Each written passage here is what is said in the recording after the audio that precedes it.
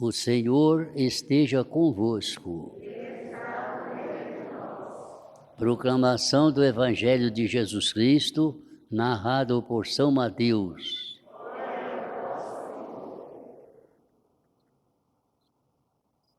Naquele tempo disse Jesus: Ai de vós, mestres da lei e fariseus hipócritas, vós sois como sepulcros caiados, por fora parecem belos, mas por dentro estão cheios de ossos de mortos e de toda a podridão.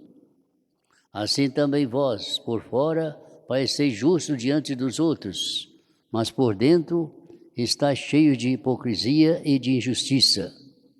Ai de vós, mestres da lei e fariseus hipócritas, vós construís sepulcro para os profetas e enfeitais os túmulos dos justos, e dizeis: se tivéssemos vivido no tempo de nossos pais, não teríamos sido cúmplices da morte dos profetas. Com isso, confessais que sois filhos daqueles que mataram os profetas. Completai, pois, a medida dos vossos pais. São palavras da salvação.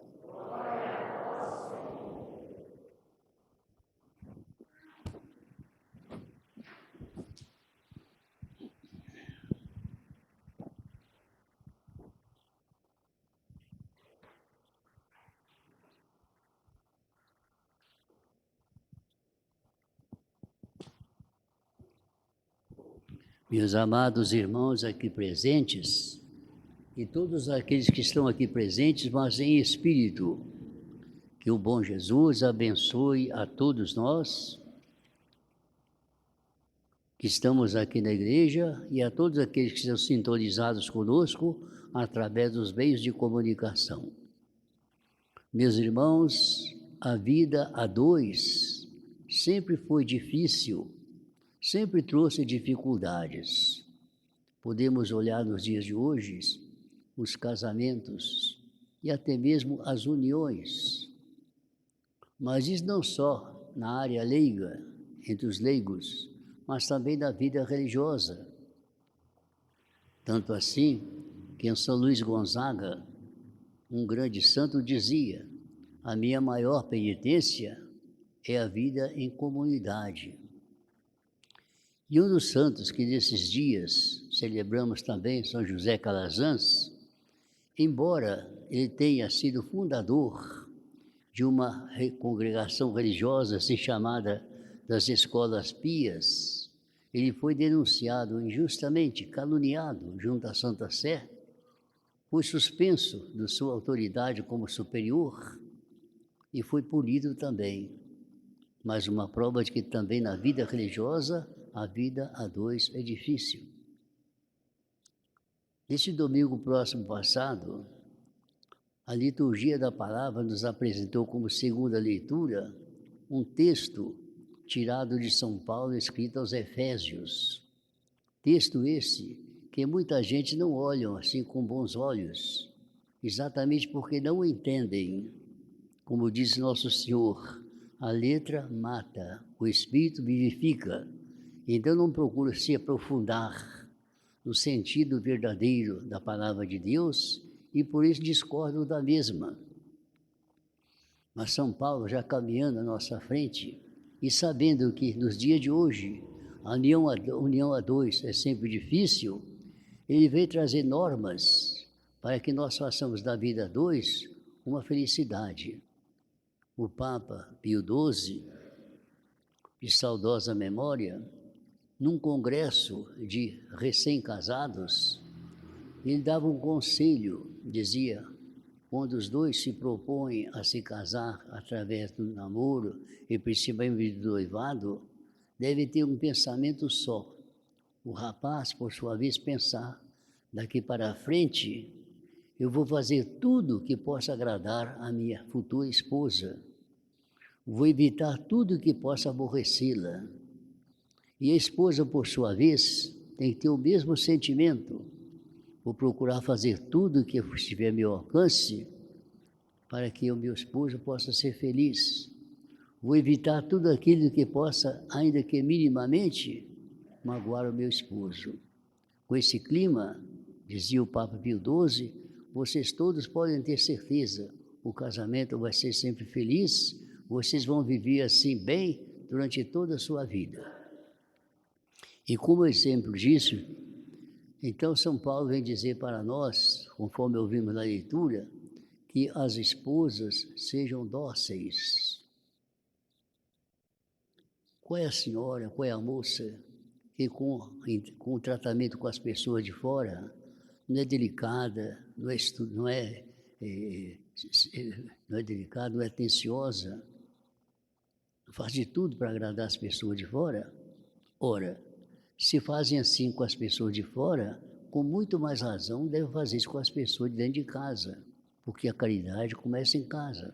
Então São Paulo vem dizer para as esposas, sejam dóceis aos seus maridos. Ele vem dizer uma palavra também para os maridos, o chapéu não é só para as mulheres, para os homens também. Vocês sejam educados com as suas esposas. Quando os homens não são educados, não são delicados, não são atenciosos, na rua, nos negócios, são atenciosos. Dentro de casa, chega dentro de casa um sofrimento. Não pode ser, São Paulo vai dizer, seja atencioso com sua esposa. E vem trazer também um pensamento para os filhos. Vocês, filhos, sejam obedientes aos seus pais. Porque pode acontecer, e acontece muito, que os filhos tenham um preparo, um estudo muito maior do que os pais.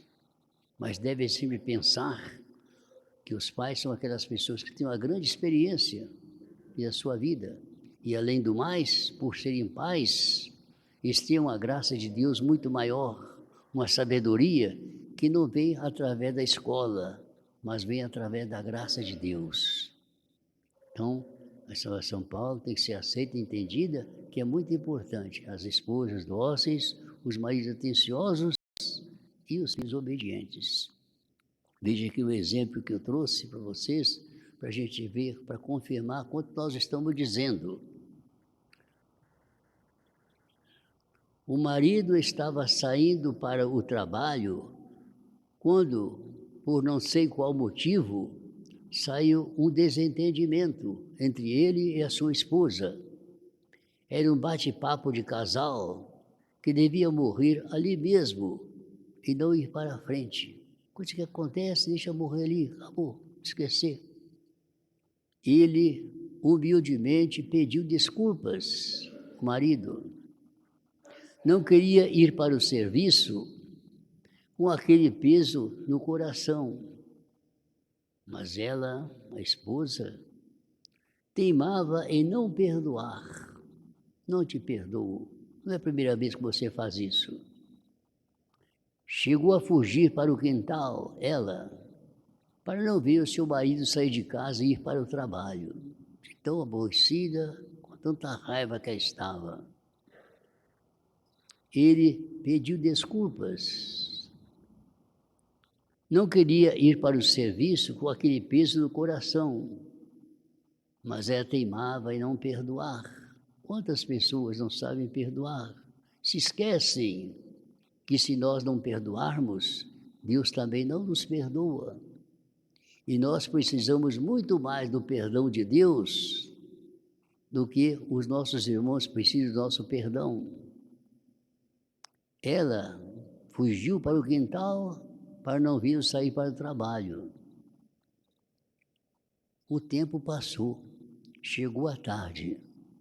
O marido, que costumava chegar às 6 horas da tarde, ainda não apontara, não deu sinal de vida, é 6 horas da tarde. Ela estava preocupada em calcular os motivos do atraso. Costuma sempre chegar às 6 horas, por que não chegou até agora? Mas pensou logo, ele é dono do seu nariz. Chegue a hora que quiser. Não me interessa, disse ela.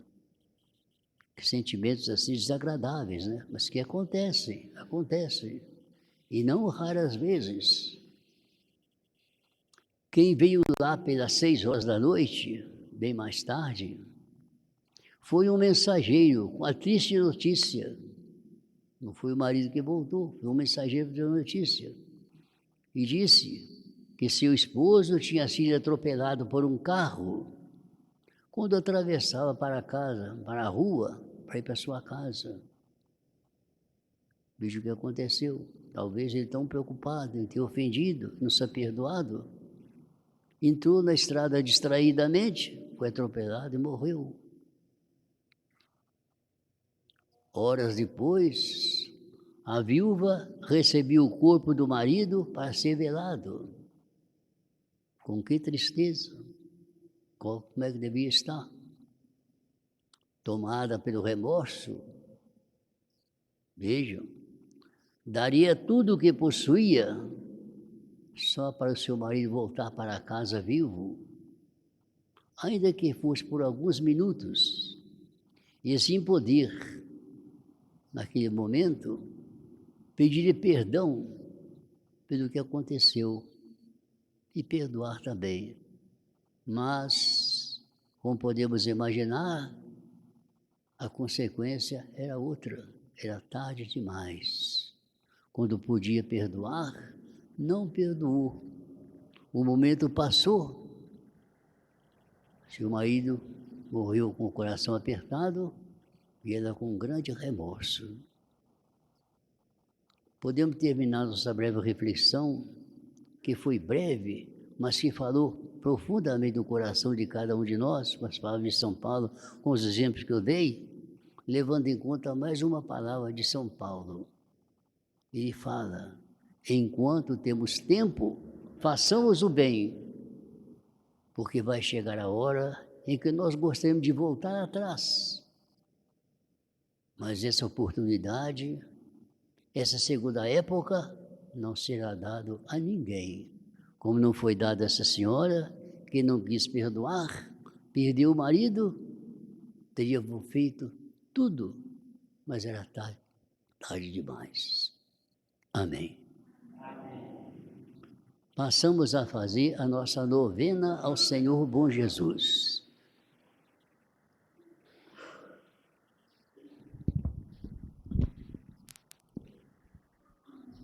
Pela Igreja de Deus, a fim de que ela seja conhecida e respeitada por todos, rezemos ao Bom Jesus. Pelos dirigentes do povo de Deus, a fim de que eles sejam dóceis às inspirações do Espírito Santo, rezemos ao Bom Jesus. Pelas autoridades, a fim de que elas promovam realmente o bem comum das comunidades, rezemos ao Bom Jesus. Pelos pais e mães de família, a fim de que eles exerçam cristamente a missão que receberam de Deus, rezemos ao Bom Jesus. Pelos rapazes e moças, a fim de que, na crise da juventude, não percam de vista os valores cristãos, rezemos ao Bom Jesus. Pelas famílias, a fim de que elas, no modo de levar a vida, deem um autêntico testemunho de vida cristã, rezemos ao Bom Jesus. Por aqueles que nos pediram para rezarmos por eles, a fim de que tenham paz e tranquilidade na vida e vivam na graça de Deus, rezemos ao Bom Jesus. Por aqueles que de alguma maneira estão sofrendo, a fim de que aceitem o sofrimento com resignação cristã e ofereçam o sofrimento pela sua salvação e salvação de outros, em união com os sofrimentos de Cristo, rezemos ao Bom Jesus.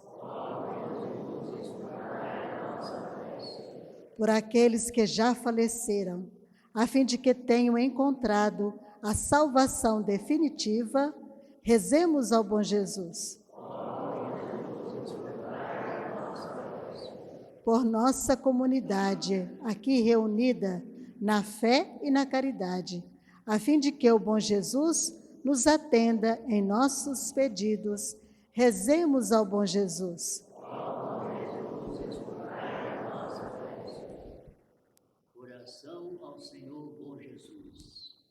Ó meu Senhor bom Jesus, que estais na Basílica de Congonhas, de braços abertos, para acolher com paternal bondade os vossos devotos e derramar sobre todos a plenitude da vossa misericórdia.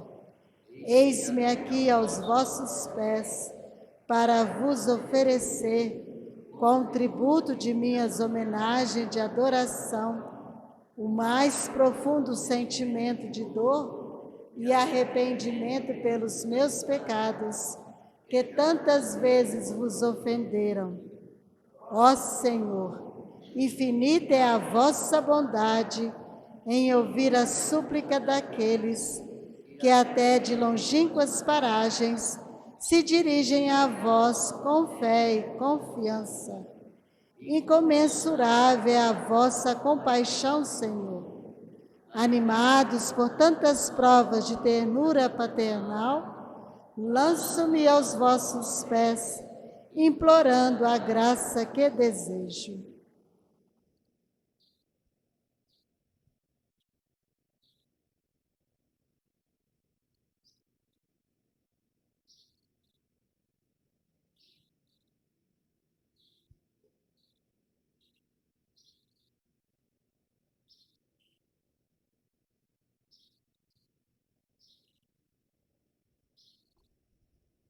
E vós, Virgem Santíssima, Mãe de Deus e Mãe dos homens, a quem o bom Jesus nada recusará, por vossa intercessão, alcançai-me esta graça, ardentemente vos peço. Amém.